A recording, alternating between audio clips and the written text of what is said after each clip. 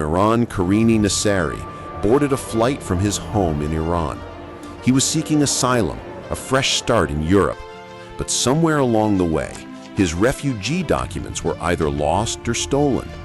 When he arrived in London, authorities couldn't confirm who he was.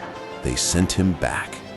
He landed in Paris at Charles de Gaulle Airport, but without a valid passport, the French authorities couldn't let him into the city. They couldn't deport him because he had no country that would take him.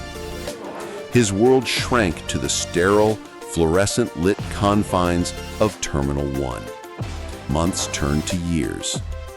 He set up a quiet home on a red plastic bench. He showered in the staff bathrooms, did his laundry in a janitor's closet. He was a silent ghost in a crowd of 1,000,000 fleeting stories. A man who saw more of the world pass him by than most of us ever will. But something strange happened in that terminal. The airport staff, the security guards, the concession workers, they became his family. They brought him food, gave him books.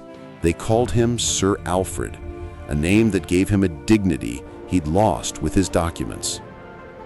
He wasn't a nuisance, he was a fixture, a quiet observer of a reality he was no longer a part of.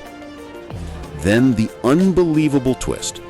In 1999, after more than a decade, France finally granted him refugee status. He was free to go. But Mehran refused to sign the papers. He had become a stranger to the outside world. His memory of a life before the airport had faded.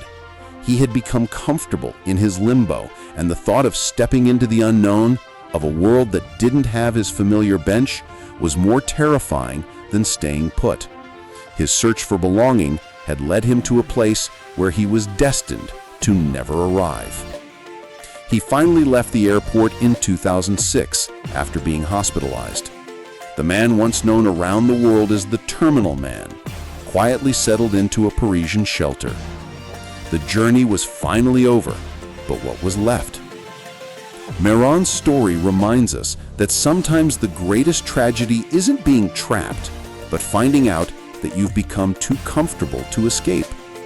It's a powerful, lonely truth that home is more than a place, and sometimes the longest journeys aren't measured in miles, but in the distance between what we've lost and what we finally choose to find.